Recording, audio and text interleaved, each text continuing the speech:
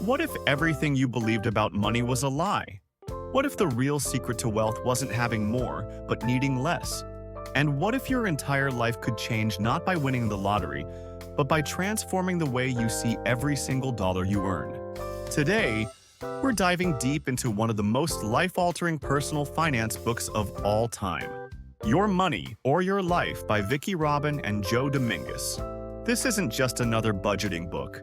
This is a spiritual, emotional, and practical revolution. And once you hear the stories inside, you may never look at money or your time the same way again.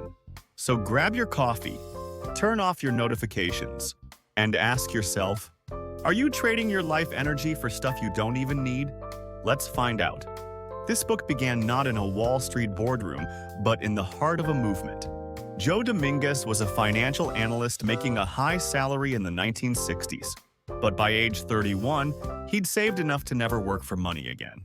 Not because he struck gold, but because he radically redefined his relationship to money.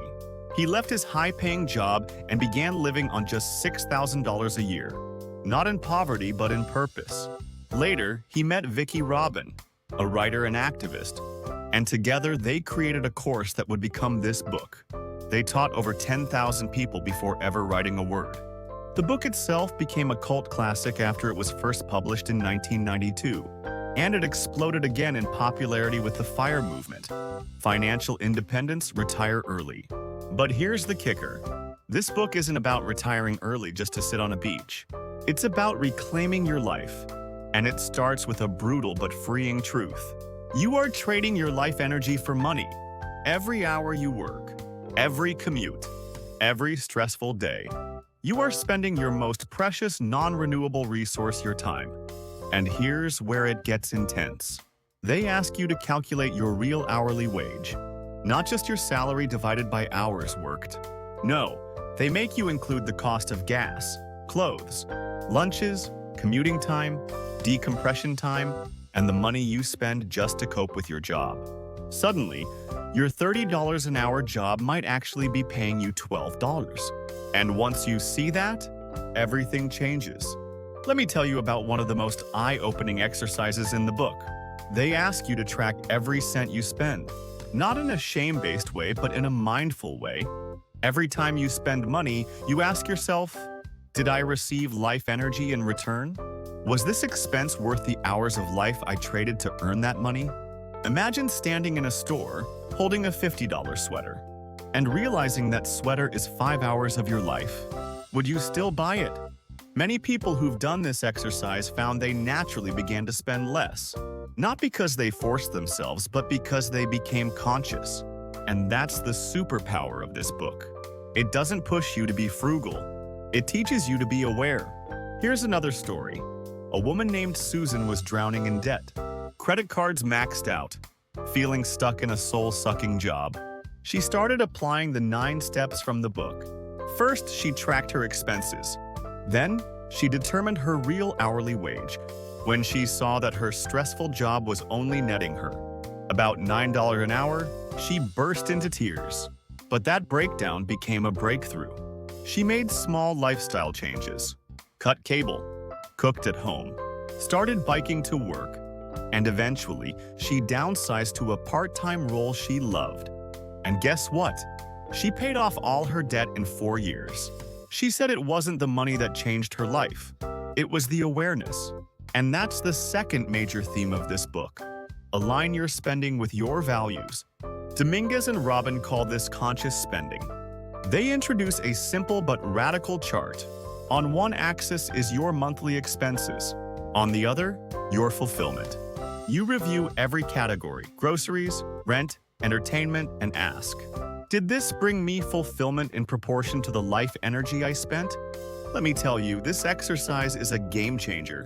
One guy realized he was spending $300 a month on streaming services and delivery apps. But when he looked at the fulfillment column, it barely moved the needle. So he started cooking with friends, sharing meals. He saved money and created connection.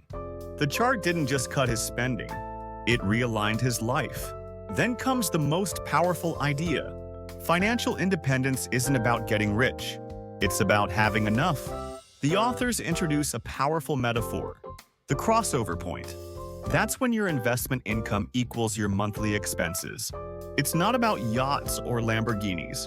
It's about freedom. Time freedom, stress freedom, creative freedom. Joe Dominguez reached his crossover point in his early 30s. He lived simply, invested wisely, and never worked for money again. But more importantly, he devoted his life to service. Teaching, sharing, living intentionally. That's the soul of this book. It's not about escape. It's about engagement. Living on purpose instead of by default. Let me pause here and ask you this. Have you ever looked at your life and thought, what am I even working for? Are your purchases bringing you peace? Or are they keeping you stuck in a cycle? This book asks you to slow down, to breathe, to ask hard questions. But in those questions, there's a beautiful kind of liberation. Now let's talk about their famous 9-step program. Each step is practical, but also deeply psychological. Step 1, track every cent. Step 2, calculate your real hourly wage. Step 3, keep monthly expense categories. Step 4, ask yourself if the expense brought fulfillment. Step 5, make a wall chart of income and expenses. Step 6, learn to value life energy. Step 7, minimize spending. Step 8, maximize income without selling your soul. Step 9, reach the crossover point and live from purpose. And this isn't just theory. People around the world have applied this. In the FIRE community, it became foundational. One man from Colorado read the book in 2010. He and his wife were teachers. They didn't earn 6 figures, but they applied every step. By 2018, they were financially independent. They moved to a small farm, grow their own vegetables, work part-time at a local library, and spend their days writing, playing music, and hiking with their kids. They say they're the happiest they've ever been, not because they got rich, but because they got clear. So why is this book still a bestseller? Because it hits at the heart of a modern crisis. We are overwhelmed, overstimulated, overworked, and we've been told that the answer is always more. More money, more stuff, more hustle. But this book dares to ask, what if the answer is less? What if the answer is enough? Here's the part that really stuck with me. Money isn't just about numbers. It's emotional. It's tangled up in fear, shame, status, security. But when you untangle it, when you see money as life energy, it becomes a tool, not a trap. I'll leave you with one last story. A man named Ricardo was an immigrant working 2 jobs to support his family. He barely slept, never saw his kids. One day, he found this book in a library bin. He read it cover to cover in one night. Then he cried. Not out of sadness, but because for the first time, he saw a way out.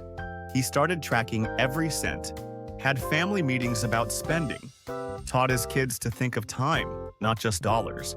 5 years later, he had a savings buffer, cut back to one job, and started a small business with his son. He says the book didn't just change his budget, it changed his legacy. And now I want to ask you, what's your money story? Are you trading your life for things that don't matter? Or are you using your money to build a life that does? Let's talk in the comments. Tell me what part of this hit home. Have you ever thought about your real hourly wage? What would you change if you truly believed that money is life energy? If this video gave you a new perspective, smash that like button. Hit subscribe so you don't miss the next one. And share this with a friend who needs to hear it. Because sometimes one book can change everything. Thanks for watching. And remember, you can always make more money, but you can never make more time.